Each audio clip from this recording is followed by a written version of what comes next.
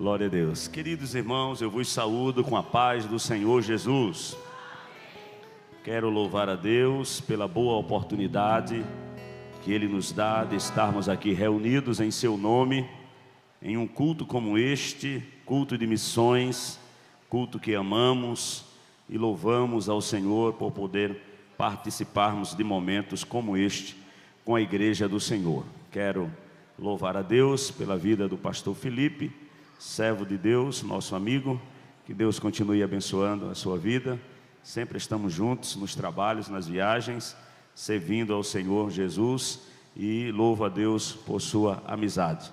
Eu, citando seu nome, para ganharmos tempo, quero saudar a todos os demais pastores que aqui estão, parabenizando a cada um dos companheiros, servos de Deus. Eu gosto de brincar dizendo assim, nessa tribo não tem índio não, só tem cacique, viu irmão? Aqui só tem gente grande. Louvamos a Deus pelas vidas dos amados irmãos. É um prazer estarmos aqui e que a bênção do Senhor a cada dia seja multiplicada sobre as vossas vidas. Convido os amados a abrirem suas Bíblias no Evangelho segundo escreveu Lucas, capítulo de número 13 e o versículo, obrigado pastor, versículo 33, Lucas 13, 33, glória a Deus. Nós vamos meditar um pouco na palavra do Senhor, os versículos que antecedem a este versículo 33 e alguns que vão depois, que nos traz uma mensagem de forma sucinta. Estarei falando aos amados irmãos. Lucas capítulo 13, versículo 33, quem encontrou, diga glória a Deus. Como diz aí na Bíblia dos irmãos, importa, vamos bem forte, vamos lá. Importa, porém, caminhar hoje, amanhã e no dia seguinte, para que não suceda que morra um profeta fora de Jerusalém. Glória a Deus. A parte A do versículo, vamos mais uma vez todos juntos. Importa, porém, caminhar hoje, amanhã e no dia seguinte. Amém. Glória a Deus. Queridos irmãos, há um tempo atrás o Senhor me deu a oportunidade de estudar este texto sagrado, e desde então o Senhor vem falando ao meu coração através desta passagem bíblica. Entendo que um trabalho de missões é um trabalho temático e que importa que falemos a respeito da obra missionária. Para quem não me conhece, eu sou filho de uma família missionária. No ano de 89, meu pai, minha mãe e eu e os meus irmãos fomos enviados do estado do Pará para este estado para servir ao Senhor na obra missionária em São João do Tigre. Viajamos daquela cidade de Castanhal, é uma cidade grande. Na época, aquela igreja Assembleia de Deus ali, em 89, há 35 anos atrás, já tinha um coral com 1000 vozes, era uma igreja grande. E nós fomos enviados por aquela igreja, meu pai, minha mãe e os filhos vieram juntos. Eu tinha apenas 15 anos de idade na época, e fomos enviados em cima de um caminhão, 3 dias de viagem, debaixo de uma lona. A nossa vinda a Paraíba começou assim. Chegamos a São João do Tigre e ali meu pai trabalhou e nós cooperando com ele durante 2 anos. De lá ele foi pastor em Galante, onde estou hoje, pastoreando. De Galante ele foi a Sumé, de Sumé passou 6 anos ali, e de lá foi para Juarez Távora, e daí por diante seguiu na obra. Fiquei em Sumé, casei com a minha esposa que é sumeense, meus filhos, um filho e 2 filhas são sumeenses. Trabalhei para Jesus ali como auxiliar, diácono e presbítero. E no ano de 2004 fui chamado para trabalhar também na obra do Senhor, aqui no Ligeiro, na congregação que pertence a Queimadas, juntamente com o nosso pastor Dari, que era o pastor do campo. E ali trabalhamos um período de 7 anos, servindo ao Senhor naquele lugar. Do Ligeiro fomos enviados ao campo, na cidade de Boa Vista, foi o nosso primeiro campo. Depois a Cuité, depois de Cuité para Paulista. Estou vendo ali uma irmã que é de lá, Deus abençoe.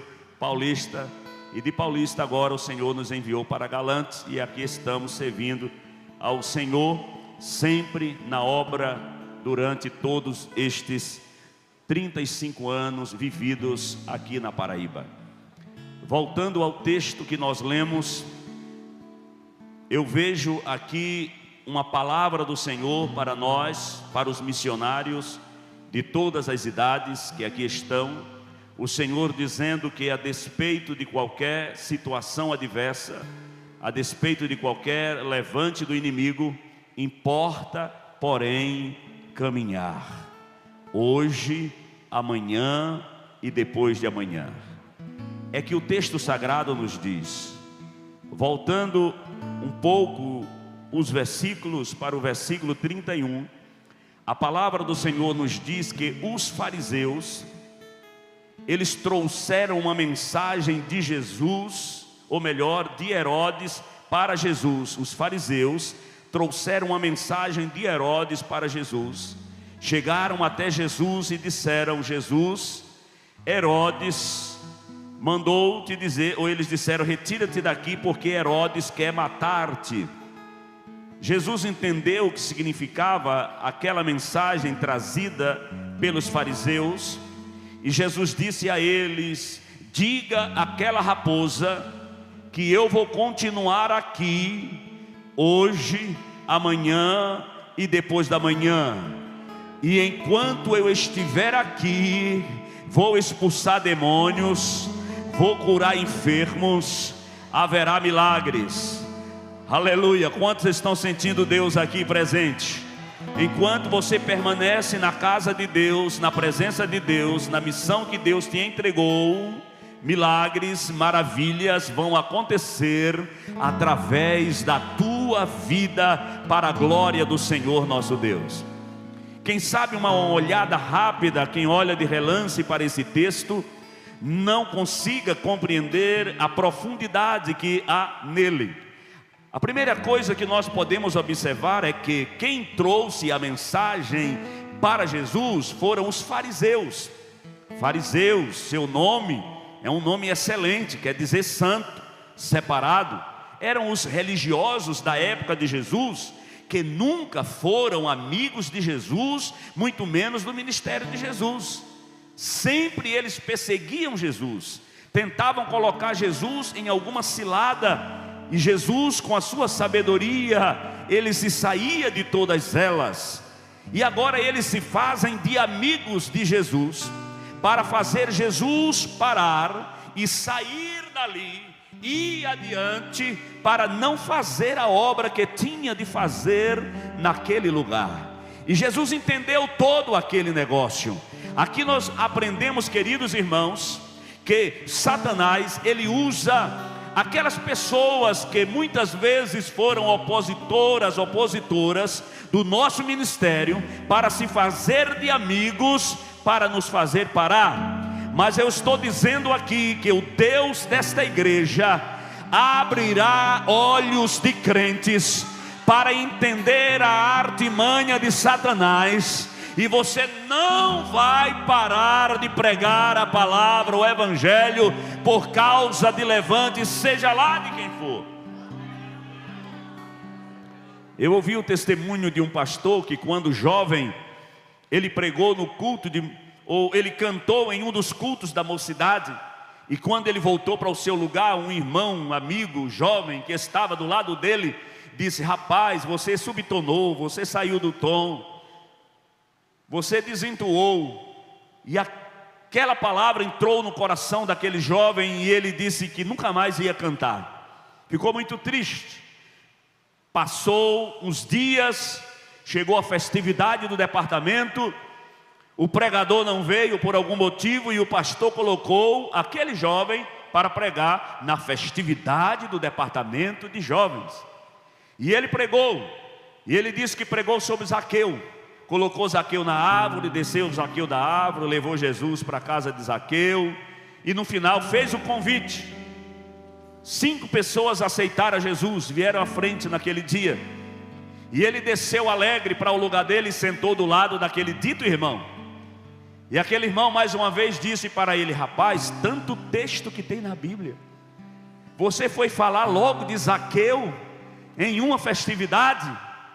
Aquele jovem disse que, cheio do Espírito de Deus, ele olhou para o amigo que estava do lado dele e disse: eu te repreendo, Satanás, porque você pode ter tirado de mim o desejo de cantar, mas de pregar a palavra você não vai roubar. Aleluia. Não importa quem é, aqueles indivíduos tinham o nome de santo. Os fariseus, eles andavam com aquelas indumentárias diferenciadas, de gala, chique, sacerdotal, cheio de faixas, filactérios na testa, no braço, na perna, dizendo: só ao Senhor teu Deus adorarás, santidade é o Senhor. Era o que eles tinham, uma capa de religiosidade. Mas Jesus já havia dito a eles: sepulcros caiados, tem a aparência, está pintado por fora, mas não tem vida lá dentro. Jesus está dizendo: eu olho, eu vejo além da aparência. Oramanda vassou de canturianda.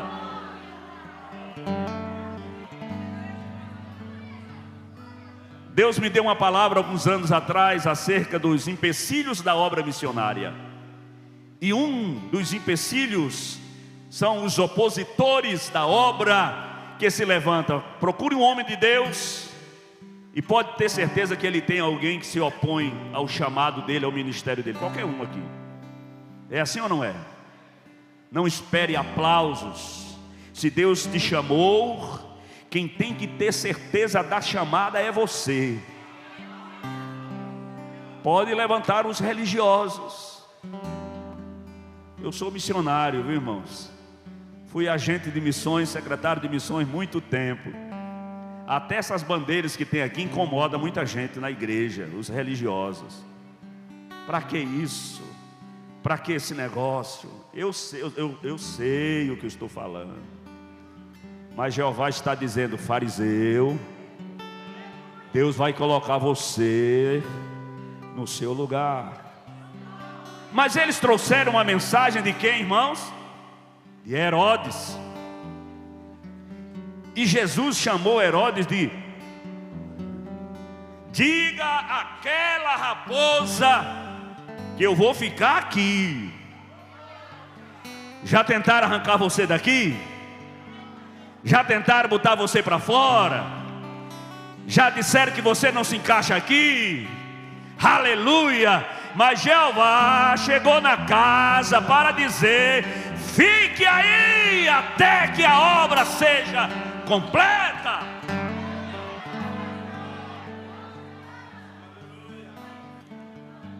Quando eu estudei esse texto, me veio aquela indagação: por que Herodes se incomodou com a presença de Jesus ali? Por que ele queria que Jesus saísse dali? Aquele indivíduo, irmãos, era de uma dinastia de pessoas chamadas de Herodes. A Bíblia fala de pelo menos 5 homens com o nome Herodes. O primeiro, que era chamado Herodes o Grande, o Magno. Depois vem o Antipas, depois o Arquelau, e aí o quarto e o quinto tem o nome de Agripa. Eram homens terríveis, que matavam o próprio irmão. Um deles teve caso com a mãe, engravidou a mãe.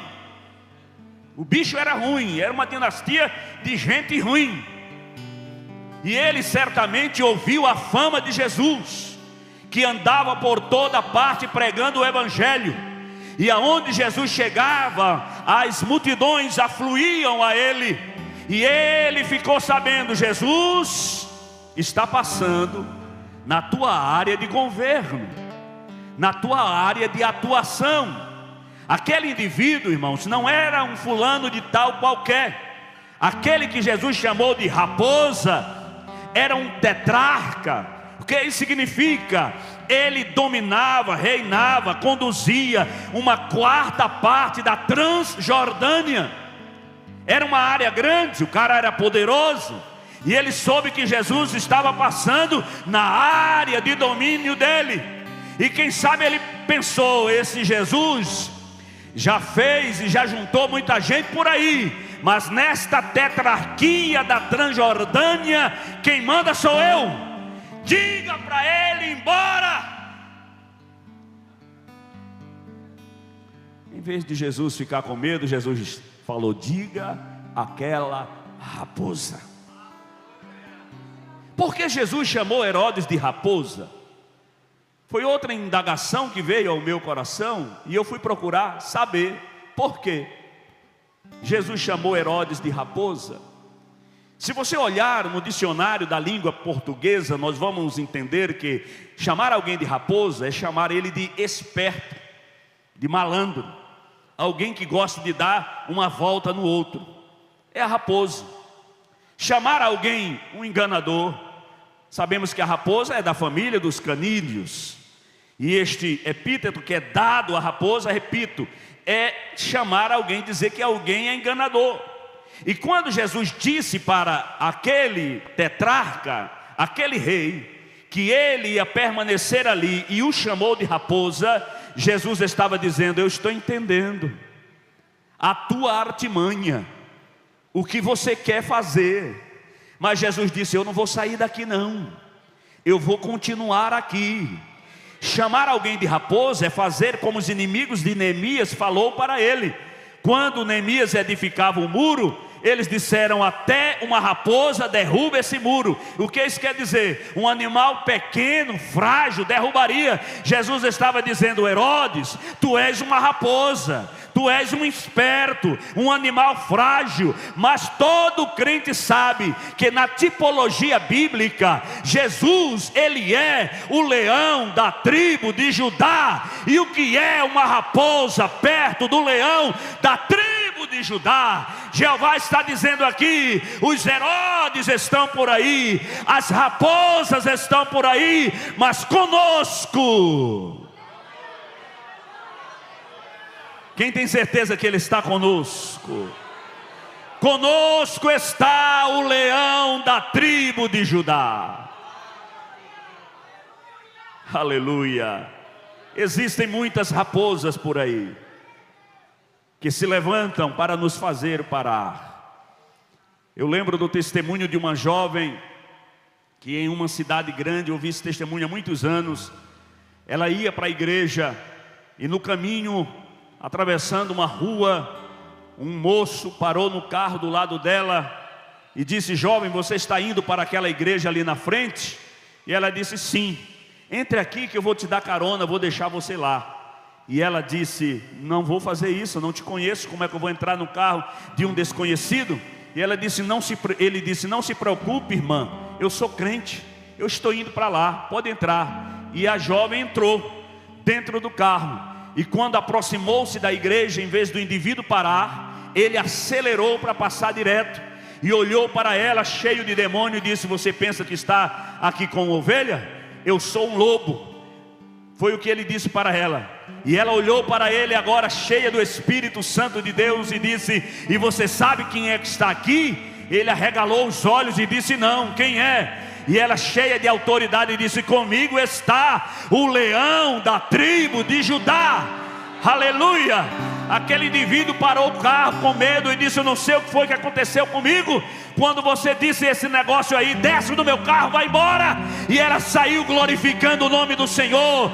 Lá fora estão os lobos, lá fora estão as raposas, mas com a igreja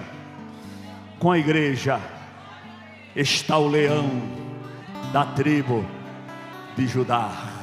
A cada crente Deus deu uma chamada, a cada crente Deus deu um ministério, a cada crente Deus deu um talento, a cada crente Deus deu um dom. Os inimigos se levantam, mas a palavra do Senhor nos diz: 1000 cairão ao teu lado, 10.000 à tua direita, e tu não serás atingido. Oh, aleluia! Você vai olhar e somente com os teus olhos você verá o livramento de Deus. Os opositores vêm. Eu sou jovem ainda, não tenho nem 100 anos de idade ainda, né? Mas comecei novo no ministério. Com 20 anos comecei a dirigir a primeira igreja. 20 anos de idade, já vai fazer 30 anos agora em dezembro. 30 anos de casado, 30 anos servindo ao Senhor no ministério. Essa primeira igreja que eu dirigi tinha um diácono já de idade ali. E esta igreja, quando eu assumi, irmãos, não tinha teto, não tinha janela, o piso era batido, só estavam as paredes levantadas, não tinha energia, puxava a energia da casa do irmão. Tinha 86 crentes naquela congregação, 86 crentes, já era um bom número. E no dia da minha posse, um diácono chegou para mim e disse assim: você não vai dar certo aqui não. Foi a palavra de incentivo que eu recebi logo na minha posse. E eu perguntei para aquele servo de Deus: por que eu não vou dar certo aqui? Ele disse: porque você é muito novo, você não tem experiência, você não vai dar certo aqui. E eu seria o dirigente dele, né? Deus me deu graça. Olhei para ele e disse: eu sei que sou novo, não tenho experiência, mas se o Senhor orar por mim, Deus vai me ajudar e vai dar certo. Com pouco tempo que estávamos ali, irmãos, um irmão fez um voto: se ele vendesse lá uma propriedade dele, ele daria o telhado da igreja. Ele veio me dizer: irmão Jonas, ore, que se Jesus me abençoar, que eu vendo um lote que eu tenho ali, eu vou dar o telhado dessa igreja. Eu disse: pode se preparar para dar o telhado, porque Jesus vai abrir as portas. Poucos dias ele chegou e disse: pode fazer o orçamento, que eu vou dar todo o telhado da congregação. E aí Jesus começou a abençoar. Daqui a pouco estava fechado, estava com piso, e agora vem a inauguração da congregação. E naquele dia Deus derramou uma graça extraordinária na congregação. Jesus batizou com o Espírito Santo, renovou crente. Foi um mover extraordinário de Deus ali. E eu, um menino de 20 anos de idade, e agora no meio daquele mover de Deus, lá vem aquele irmão ao meu encontro, e o coração já aperta, né? Lá vem ele de novo, e ele chorando me abraçou e disse: irmão Jonas, foi Deus quem mandou você para cá. A minha vida tem sido abençoada através de você. Dá para entender o que o Senhor está nos dizendo, nos ensinando aqui? Em algum momento alguém vai duvidar do ministério que Deus te deu, mas permaneça. É novo? É, mas a idade passa, avança. É inexperiente, mas Deus vai te dar experiência. E pouco a pouco Jesus foi fazendo. Alguém foi curado, alguém foi batizado com o Espírito Santo, teve endemoniado lá que foi liberto, e a igreja foi enchendo. Daqui a pouco o trabalho estava abençoado, e aquele menino que não tinha experiência, Deus vai dando experiência na jornada. Dá para entender aí? Vai levantar alguém? Vai. Alguém vai duvidar? Vai. Mas permaneça. Deus é quem chama, Ele é o autor da chamada. E Jesus sabia de fato o que Ele deveria fazer ali naquele lugar. Se nós lêssemos os versículos anteriores, nós vamos entender que Jesus, diz a palavra, estava caminhando para Jerusalém. Ele estava indo para Jerusalém. Então no nosso caminho para Jerusalém, nós vamos encontrar desafios.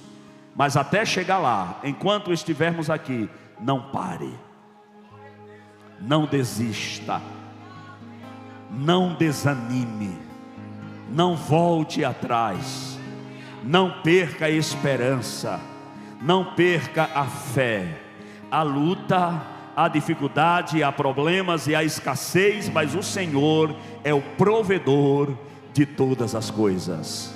Quantos podem receber esta palavra? Aleluia. Eu sempre digo aos irmãos, porque eu creio assim: há pelo menos 5 tipos de missionários na igreja. Há o missionário de mãos. Quem tem mão aí? Levanta a mão assim. Porque tem gente que não tem, né? Mas se você tem, glória a Deus por isso. Missionário de mãos é aquele que contribui para a obra missionária. É o mantenedor da obra missionária. Jesus tinha pessoas, mulheres, que serviam ao Senhor com seus bens, com as suas fazendas. O outro missionário é aquele missionário de joelhos. Quem tem joelho aí, diga glória a Deus.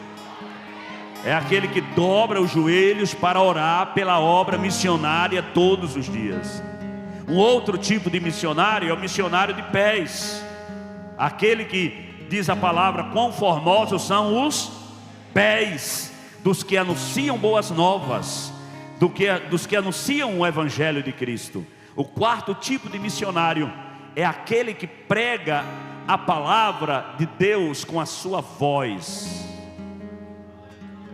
Quando perguntaram a João Batista pela grandeza do ministério que Deus tinha lhe dado, perguntaram a ele, tu és Elias? Ele disse não. Jeremias? Ele disse não. Tu és o Cristo? Baixando, ele disse, eu não sou digno sequer, aleluia, de desatar os cadarços da sua sandália.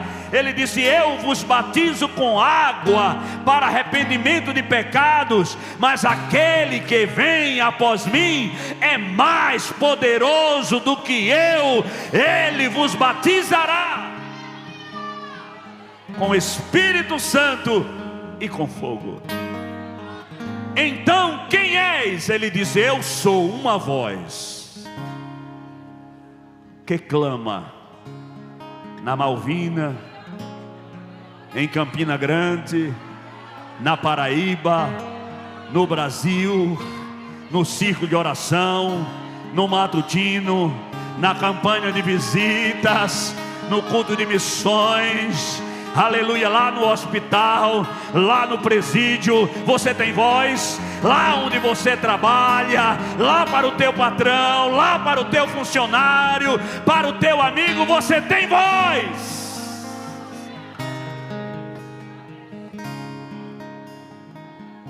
Qual o quinto tipo de missionário? Tem uma frase missiológica que diz assim: pregue a palavra e, se possível, ou pregue o evangelho e, se possível, use palavras ou a voz. Isso quer dizer o quê? Que precisamos pregar a palavra de Deus com a nossa maneira de viver. Quem está entendendo esse negócio aí? Não adianta pregar bem, não adianta falar bonito, não adianta ter um bonito português, conhecer os vernáculos das línguas originais. Não adianta chegar aqui e ter uma prédica, uma oratória e falar de tal maneira que impressiona todo mundo, se não tiver vida. Pedro andava e a sombra dele ia curando.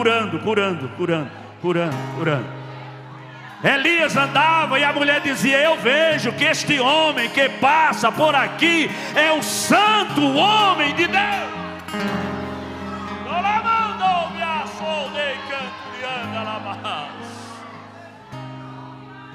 Um santo homem de Deus.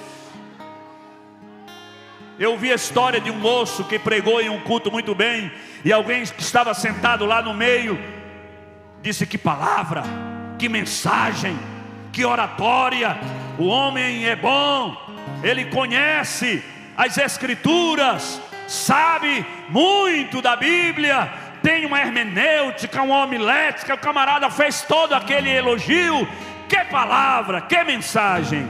E o outro que estava do lado dele disse, que pena que a vida dele não me permite ouvir o que ele está dizendo. Quem entendeu o negócio aí? Ser crente aqui, irmão, é muito fácil. Você bota um paletózinho bem alinhado, uma gravatinha, uma colônia, passa um gelzinho no cabelo e vem para a igreja, muda a linguagem, né? Meu santo, minha santa, servo do Altíssimo. Aqui é uma maravilha. Quer ver pregar o evangelho? É lá na sua casa. para sua mulher, para o seu marido, para o seu filho, para o seu vizinho, para quem lhe conhece. Estou terminando agora. Tem um texto bíblico que eu recebi para mim como texto áureo da minha vida. Isaías 58:8, a palavra do Senhor diz: então romperá a tua luz como a alva, a tua cura brotará apressadamente, a tua justiça irá adiante de ti, e a glória do Senhor estará na tua retaguarda. Vê se dá para entender esse negócio aí. Antes de você chegar em algum lugar, a tua justiça chegará lá. Alguém vai dizer: ali vem um homem de Deus, ali vem uma mulher de Deus.